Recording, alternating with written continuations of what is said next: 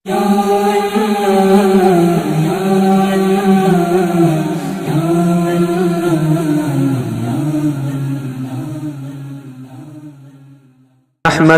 ونصلي على رسوله الكريم أما بعد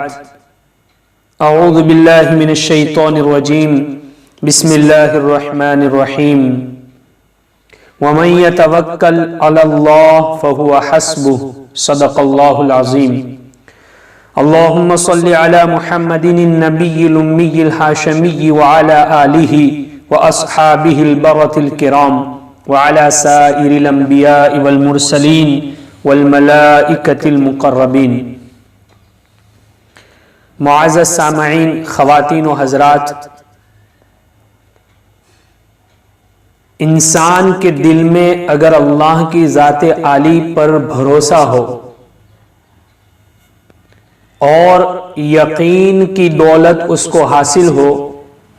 تو سارے کام آسان ہو جاتے ہیں۔ ہم صرف روحانی وظائف تلاش کرتے ہیں، اسلامی وظائف تلاش کرتے ہیں، مجربات اور عملیات تلاش کرتے ہیں۔ ان وظائف اور عملیات میں پاور پیدا کرنے کے لیے ہمیں روحانی طاقت کو بھی حاصل کرنا پڑے گا، ہمیں روحانی طاقت کو بھی حاصل کرنا پڑے گا، اور یہ روحانی طاقت دل میں رہتی ہے۔ روحانی طاقت کے ساتھ وہ وظیفہ ہوگا تو اور زیادہ پاورفل ہوگا، اور زیادہ اس میں اثر پیدا ہوگا۔ اور یہ روحانی طاقت کا دوسرا نام ہے یقین، بھروسہ اللہ کی ذات پر۔ میں آپ کو ایک واقعہ سناتا ہوں، آپ یہ واقعہ مکمل سنیں گے تو اللہ کی ذات سے امید کرتا ہوں کہ انشاءاللہ کچھ نہ کچھ آپ کے دل میں روحانی قوت، ایمانی طاقت پیدا ہوگی، آپ کا ایمان تازہ ہوگا۔ پنجاب میں ایک شخص تھے، ایک حکیم صاحب تھے، اور ان کا ایک چھوٹا سا دواخانہ تھا، کلینک چلاتے تھے پرانی عمارت میں۔ ان کا معمول یہ تھا کہ روزانہ جب گھر سے نکلتے تھے اپنی بیگم اور اپنی بیوی سے کہتے تھے کہ آج پورے دن میں جن چیزوں کی ضرورت ہے وہ چیزیں کاغذ میں لکھ کر کے دے دیں۔ تو ان کی بیوی کاغذ میں جن جن چیزوں کی ضرورت ہوتی تھی گھر میں لانے کے لیے، آج یہ چیز لانی ہے، یہ لانی ہے، فلانی چیزیں، وہ کاغذ میں لکھ کر کے ان کو دے دیتی تھی وہ پرچی، اور وہ حکیم صاحب اپنی بیگ میں وہ پرچی رکھ دیتے تھے اور اپنی کلینک پہ چلے جاتے تھے۔ کلینک میں جانے کے بعد کلینک کو کھولتے تھے، اس میں بیٹھتے تھے، اور بیٹھنے کے بعد سب سے پہلا کام یہ کرتے تھے، وہ اپنی بیگ میں سے وہ پرچی نکالتے تھے جس میں بیوی نے چیزیں لکھی ہوتی تھی۔ وہ ان چیزوں کو دیکھتے تھے اور اس کے سامنے اس کی قیمت لگا دیتے تھے اندازاً۔ بیوی نے مثلا لکھا ہے کہ گھر میں پیاز لانی ہے، شکر لانی ہے، چائے پتی لانی ہے، تو جتنی لکھی ہوتی تھی اندازاً اس کے سامنے اس کی قیمت لگا دیتے تھے اور پورا حساب نیچے لکھ دیتے تھے، ٹوٹل جو بھی حساب ہو، 200 روپے، 300 روپے، 100 روپے، وہ جو چیزیں لکھی ہوتی تھی اس کا حساب لگا کر نیچے لکھ دیتے تھے کل ٹوٹل، اور اللہ سے دعا کرتے تھے، اے اللہ آج پورے دین کی میری ضرورت یہ ہے، تو میری اس ضرورت کو پورا فرما دے، اور وہ پرچی پھر اپنے بیگ میں رکھ دیتے تھے اور اپنا کام شروع کر دیتے تھے۔ تو کبھی 10:30 بجے دین کے، کبھی 11 بجے، کبھی 11:30 بجے ان کی ضرورت کا جو حساب انہوں نے لگایا تھا اس حساب کے مطابق اللہ تبارک و تعالیٰ ان کو پیسے دے دیتے تھے۔ وہ کلینک میں بیمار لوگ آتے تھے، ان کے ذریعے ان کو روزی مل جاتی تھی۔ 10:30، 11 اور 11:30 لاسٹ ٹائم 2-3 گھنٹے میں ان کی ضرورت جو ہوتی تھی اللہ ان کو دے دیتے تھے، اور پھر وہ اپنا کلینک بند کرتے تھے اور دکان پہ جاتے تھے، جو چیزیں منگوائی ہوتی تھی اس کو خریدتے تھے، اپنے گھر چلے جاتے تھے۔ حسب معمول یہ اسی طریقے سے چلتا رہا۔ ایک مرتبہ بیوی نے وہ پرچی میں ساری چیزیں لکھ دی اور حکیم صاحب کو دے دی۔ حکیم صاحب اپنے کلینک پہ چلے گئے، کلینک کھولا، اس میں بیٹھے اور حسب معمول اپنی بیگ میں سے وہ پرچی نکالی اور دیکھنے لگے۔ جب انہوں نے پرچی دیکھی تو ان کا تو سر چکرا گیا، حیران و پریشان ہو گئے۔ انسان ہے، بشری تقاضا ہے۔ ساری چیزیں لکھنے کے بعد انہوں نے، یعنی ان کی بیوی نے وہ ساری چیزیں لکھنے کے بعد نیچے لکھا، بیٹی کے لیے جہیز کا سامان بھی لانا ہے۔ حکیم صاحب نے جب یہ چیز دیکھی، بیٹی کے لیے جہیز کا سامان، اس کے لیے تو کتنے سارے پیسے لگیں گے، یقین تو دل میں تھا لیکن بشر ہے، اثر ہوتا ہے دل پہ۔ خیر تھوڑی دیر سوچتے رہے اور سوچنے کے بعد حسب معمول قلم اٹھایا اور جو چیزیں اوپر لکھی تھی ان کی قیمت لکھتے چلے گئے اور اخیر میں جب نمبر آیا بیٹی کے لیے جہیز کا سامان لانا ہے تو اس کے سامنے یہ لکھ دیا، یہ اللہ کا کام ہے، اللہ کرے گا، یہ اللہ کا کام ہے، اللہ کرے گا، لکھ کر کے وہ پرچی اپنی بیگ میں رکھ دی۔ تھوڑی دیر کے بعد اسی کلینک کے سامنے ایک کار آ کے رکی، اس میں سے ایک صاحب نکلے، شوٹ بوٹ پہنے ہوئے تھے، وہ باہر کھڑے رہے اور تھوڑی دیر کے بعد وہ کلینک میں آئے۔ حکیم صاحب کے پاس 2 مریض اور تھے، وہ ان کو دوائی دے رہے تھے، یہ صاحب باہر ٹیبل پڑا ہوا تھا وہاں بیٹھ گئے۔ حکیم صاحب نے ان 2 مریضوں کو دوائی دے دی، وہ کلینک سے نکلے اور یہ صاحب وہاں بیٹھے رہے۔ حکیم صاحب نے ان سے کہا کہ بھائی اگر آپ کو دوا کی ضرورت ہے اندر چلے آئیے، میں آپ کو دیکھ کر کے دوائی دے دوں، اور اگر کسی اور کے لیے دوا لینے کے لیے آئے ہیں تو آپ مجھے مریض کی کیفیت بتلا دیں، میں اسی حساب سے دوا دے دوں۔ تو وہ کار والے صاحب حکیم صاحب کے پاس آئے کلینک میں اور بیٹھے سامنے اور کہنے لگے کہ حکیم صاحب مجھے لگتا ہے کہ آپ نے مجھے پہچانا نہیں، آپ نے مجھے پہچانا نہیں۔ حکیم صاحب نے کہا کہ میں نے آپ کو نہیں پہچانا۔ تو وہ کار والے صاحب کہنے لگے میں ایک واقعہ بتاتا ہوں، ہو سکتا ہے اس واقعے کی وجہ سے آپ کو میری یاد آ جائے اور مجھے پہچان لیں۔ تو کار والے صاحب کہنے لگے آج سے تقریباً 14-15 سال پہلے میں اپنے گھر سے اپنی گاڑی لے کر کے نکلا، جب آپ کے کلینک کے سامنے پہنچا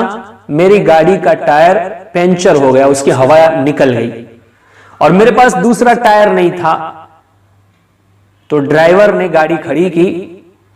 جیک لگا کر کے ٹائر نکالا اور وہ پنچر بنوانے کے لیے چلا گیا۔ میں اس گاڑی کے پاس کھڑا تھا، آپ نے کھڑکی سے دیکھا اور دیکھ کر کے باہر آئے اور کہا کہ بھائی صاحب اندر چلے آئیے، باہر دھوپ میں آپ کہاں کھڑے ہیں؟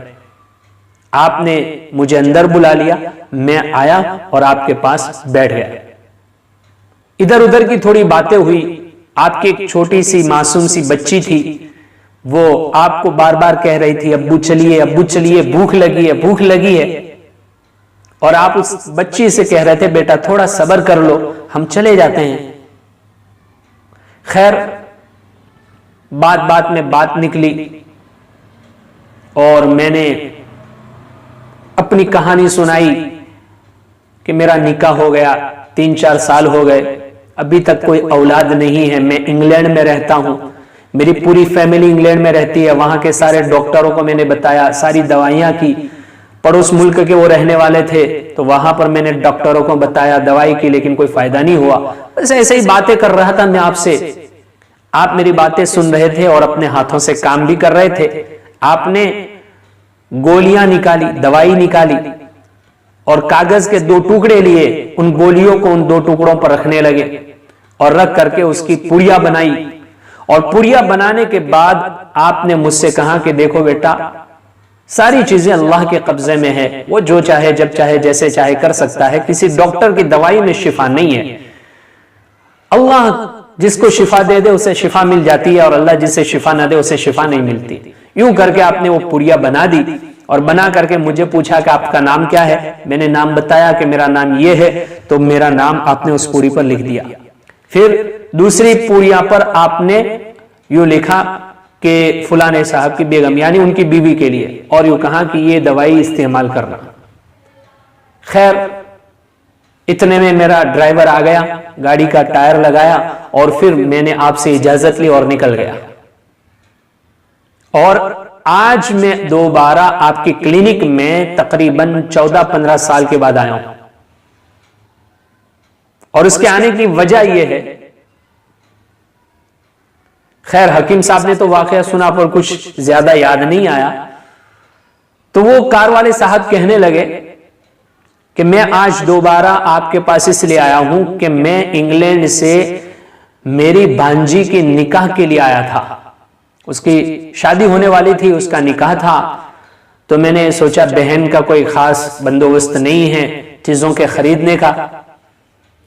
اور اس لڑکی کے ابو بھی نہیں ہے، تو میں آیا کہ اس کو کوئی چیز ضرورت کی ہے وہ خرید لوں تاکہ اس کا نکاح ہو جائے۔ خیر میں وہ چیزیں خریدنے کے لیے ان لوگوں کو بازار لے کے نکلا۔ بیچ راستے میں میری بھانجی کو بخار آیا، بخار بھائی بڑا عجیب تھا، لیکن اس نے کہا نہیں، اس کے پاس کچھ گولیاں وغیرہ تھی وہ اس نے پی لی، لیکن اسے کنٹرول نہیں ہوا، اور زیادہ بخار ہو گیا۔ تھوڑا بہت سامان پہلے میں نے خرید لیا تھا، تھوڑا کچھ باقی تھا، پھر خریدنے کے لیے جا رہے تھے، اسی دوران اسے بخار آیا، اور بخار زیادہ بڑھتا چلا گیا، اور اس کی موت واقع ہو گئی، مقدر کی موت تھی، واقع ہو گئی۔ تو میرے دل میں اور میری بیوی کے دل میں ایک بات آئی کہ ہم اپنی بھانجی کا نکاح کرانا چاہتے تھے، سامان وغیرہ خریدا تھا اور کچھ باقی تھا وہ خریدنا چاہتے تھے، اب یہ تو رہی نہیں، اب ہم کیا کریں گے اس سامان کا؟ تو میرے دل میں اور میری بیوی کے دل میں یہ بات آئی کہ وہ فلانے حکیم صاحب جنہوں نے ہمیں دوائی دی تھی، اس وقت میں نے ایک چھوٹی بچی کو دیکھا تھا، ہو سکتا ہے ان کی بچی بڑی ہو گئی، نکاح کے قابل ہو گئی ہو، تو یہ نکاح کا سامان اور جہیز کا سامان میں ان کو دے دوں۔ تو میں آپ کے پاس وہ نکاح کا سامان اور جہیز دینے کے لیے آیا ہوں، برائے مہربانی آپ منع مت کیجئے گا، آپ مجھے اپنے گھر کا پتہ اور ایڈریس دے دیجئے تاکہ گاڑی آپ کے ایڈریس پر پہنچ جائے اور سامان آپ کے گھر تک پہنچ جائے۔ الحمدللہ آپ نے جو دوائی دی، اللہ تبارک و تعالیٰ نے ہمیں اولاد دی، میرے 2 بیٹے اور 1 بیٹی ہے۔ حکیم صاحب کی آنکھوں میں سے آنسو نکل پڑے اور انہوں نے یوں کہا، بیٹا اللہ کا کام اللہ ہی کرتا ہے، اللہ کا کام اللہ ہی کرتا ہے، اس لیے دیکھو روحانی طاقت بھی ہونی چاہیے۔ حکیم صاحب نے جہیز کے سامان کے سامنے پیسے نہیں لکھے، اللہ کی ذات پر چھوڑ دیا کہ اللہ کا کام ہے، اللہ کرے گا۔ روحانی طاقت بھی حاصل کریں، یقین دل میں ہو پختہ، ایمان مضبوط ہو، اور اس کے ساتھ روحانی وظائف کریں، اسلامی وظائف کریں، انشاءاللہ ضرور فائدہ ہوگا۔ اللہ تبارک و تعالیٰ سے دعا ہے، اللہ تبارک و تعالیٰ ہم تمام کے ایمان کو مضبوط بنائے، روحانی طاقت ہمیں عطا فرمائے اور جسمانی طاقت بھی ہمیں عطا فرمائے، صحت و تندرستی عطا فرمائے۔ ہماری یہ چینل صرف اس لیے بنائی گئی ہے کہ لوگوں تک صحیح باتیں، صحیح وظائف پہنچے۔ آپ اس چینل کو آگے بڑھانے میں ہماری مدد کریں، آپ اگر مدد کریں گے اللہ آپ کی مدد کرے گا، لوگوں تک صحیح باتیں پہنچیں گی اور لوگ شرک سے بچیں گے، اور ادھر ادھر کے جو منتر جنتر بتائے جاتے ہیں اس میں پڑھ کر کے اپنے ایمان کو خراب نہیں کریں گے، آپ کو بھی اس کا بدلہ ملے گا، اور آخرت میں بھی انشاءاللہ اللہ تبارک و تعالیٰ اس کا بدلہ عطا کریں گے۔ اس لیے اگر آپ نئے ہیں، ہمارے چینل کو سبسکرائب نہیں کیا تو سبسکرائب کر لیں، بیل کی گھنٹی کو بھی دبا لیں تاکہ آپ کے پاس بر وقت ہماری جو بھی ویڈیو ہو وہ پہنچتی رہے۔ اللہ تبارک و تعالیٰ سے دعا ہے، اللہ تبارک و تعالیٰ آپ تمام کو دنیا آخرت میں خوشگوار اور بہترین زندگی عطا فرمائے۔ وآخر دعوانا ان الحمدللہ رب العالمین۔ شكرا يا ربي شكرا هديت قلبي شكرا